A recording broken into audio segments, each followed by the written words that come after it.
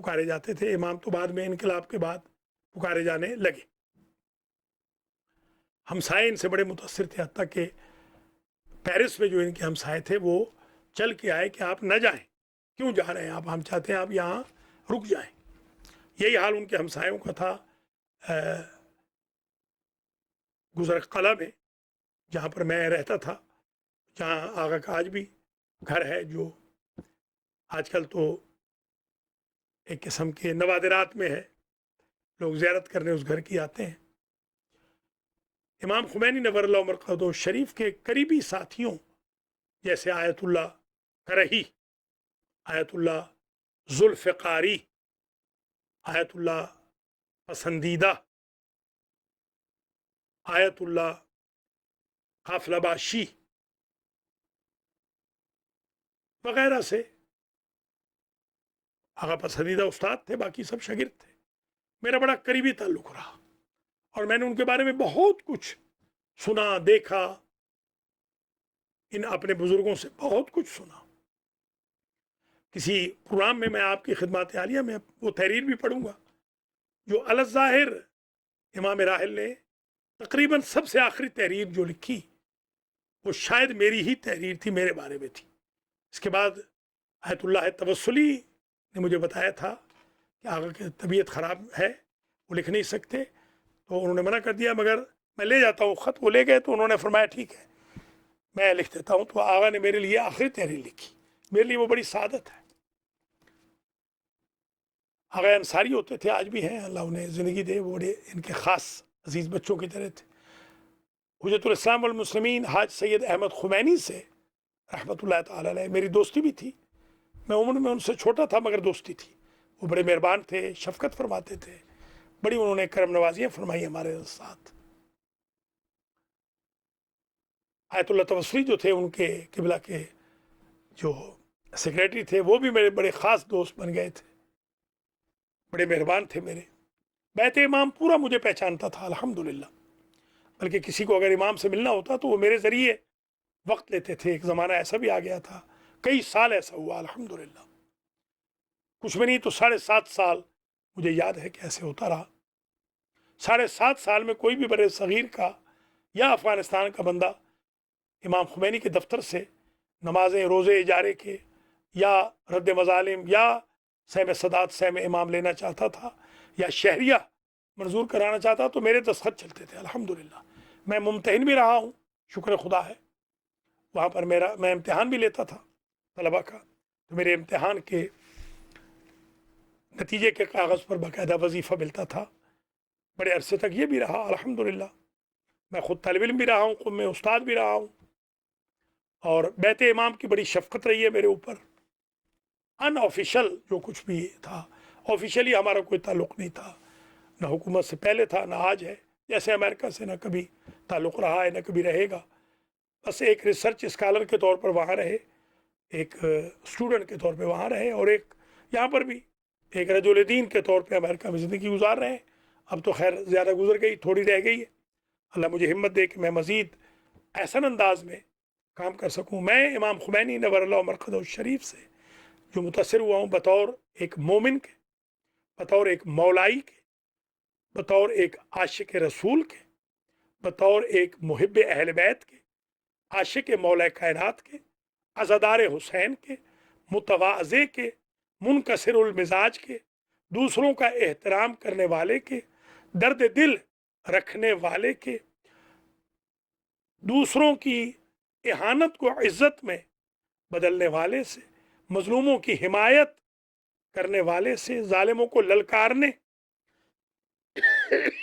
والے سے، اللہ کے گھروں کو ظالم و جابروں سے چھڑانے والوں سے، درباری ملاؤں کی مخالفت کرنے والے سے، ریسرچ اسکالر سے، کتابیں لکھنے والے، مصنف، مؤلف، مدرس، مقرر کی حیثیت سے بہت ٹاپ کے خطیب تھے وہ، جیسا کہ بہت ٹاپ کے وہ مدرس تھے۔ میرے خیال میں کافی غلط فہمیاں میری ان ٹوٹی پھوٹی باتوں سے ریموو ہو گئی ہوں گی، انشاءاللہ مزید بھی ہم خطاب کر سکتے ہیں، مگر آج اتنا زیادہ آپ کو زحمت نہیں دینی کیونکہ وقت اذان قریب ہو جاتا ہے۔ آخر میں مرحوم و مغفور قبلہ و کعبہ آیت اللہ العظمیٰ امام خمینی نور اللہ مرقدہ شریف اور ان کے فرزندان آیت اللہ مصطفیٰ خمینی اور حجت الاسلام والمسلمین علامہ سید احمد خمینی اور ان کے داماد علامہ اشراقی اور ان کے والد و دادا اور ان کے اہل خانہ، ان کے سب خاندان کے مرحومین مرحومات کے لیے، اگرچہ میں بہت کم ہوں، میری حیثیت نہیں یہ لفظ کہنے کی، مگر میں دعا کرتا ہوں بلندی درجات کی۔ وہ یقیناً بخشے ہوئے ہیں، اللہ ان کے درجات متعالی فرمائے اور اللہ ان کے راستے کو دوام دینے کی ان کے جانشین کو اور ان کے شاگردوں کو، ان کے خانوادے کے لوگوں کو، سید حسن کو، سید حسین کو اور دیگر جو نواسے بھی ان کے ہیں، جن کی خدمت بھی یہ فقیر کرتا رہا ہے جب وہاں پر رہا ہے، ان سب کو اللہ توفیق دے کہ وہ ان کے مشن پہ چلیں، اور جو ہمارے انقلابی بھائی ہیں اللہ ان کو ہدایت کرے کہ وہ ہر ایک کو ضد انقلاب نہ کہیں، اللہ انہیں حدود سے نہ بڑھنے کی توفیق دے، اور جو ہمارے صوفیت کا پرچار کرنے والے بھائی ہیں ان کو اللہ توفیق دے کہ وہ اس عظیم صحیح العقیدہ موحد عاشق رسول کو صوفی نہ کہیں، نعوذ باللہ، اور جو ہمارے بھائی بے پرکی اڑاتے ہیں وہ ان کو یہ نہ کہیں کہ یہ مجتہد نہیں تھے، مسلم نہیں تھے، اور جو آغا خامنائی کی بھی مخالفت کرتے ہیں اللہ ان کو بھی ہدایت فرمائے، انقلاب کی بھی مخالفت کرنے والوں کو اللہ ہدایت کرے، انقلاب کے لیے بھی دعا گو ہوں اللہ اسے دوام دے، اسلامی جمہوریہ کو بھی دوام دے، اپنے بھائی بہنوں کے لیے بھی وہاں رہنے والوں کے لیے دعا کرتا ہوں، اپنے اساتذہ، اپنے شاگردوں، اپنے ہم کلاس سب کے لیے دعا کرتا ہوں اللہ انہیں زندہ و سلامت رکھے۔ میں نے اپنی زندگی کا بہترین وقت آغا کے ملک میں گزارا ہے، وہ میں کبھی فراموش نہیں کر سکتا ہوں۔ اللہ اس ملک کے بچے بچے کو زندہ و سلامت رکھے، اور ہماری قوم کے بھی بچے بچے کو اللہ زندہ و سلامت رکھے، اور ہماری قوم میں جو ہماری ناقدری کرتے ہیں، گالیاں دیتے ہیں، برا بھلا کہتے ہیں، غیبتیں کرتے ہیں، پراپگنڈے کرتے ہیں، لوگوں کو منع کرتے ہیں کہ ہمیں خمس نہ دیا جائے، اللہ ان کو بھی ہدایت فرمائے اور ہمیں مزید صبر عطا فرمائے۔ اور جو حالات اس وقت امریکہ کے چل رہے ہیں اللہ تعالیٰ امریکہ میں یہ جو حالات پیدا ہوئے ہیں ان حالات کو ختم فرمائے، اور جو حکومت ہے امریکہ کی اس کو ہوش کے ناخن لے کر مظلوموں کے حقوق ادا کرنے کی توفیق، ریسزم کے خلاف ہو کر توفیق دے، اور جو خاص طور پہ کالوں کو مارا پیٹا جا رہا ہے، ان پہ کتے چھوڑے جا رہے ہیں، ان کو قتل کیا جا رہا ہے، جو پولیس گردی ہو رہی ہے اللہ اسے ختم فرمائے، پولیس کو بھی ہوش کے ناخن لینے کی اللہ توفیق دے، اور جو ہمارے ریسزم کے نعرے لگا رہے ہیں ان کو بھی اللہ توفیق دے کہ وہ لوٹے نہیں پوری قوم کو یا اسٹورز کو۔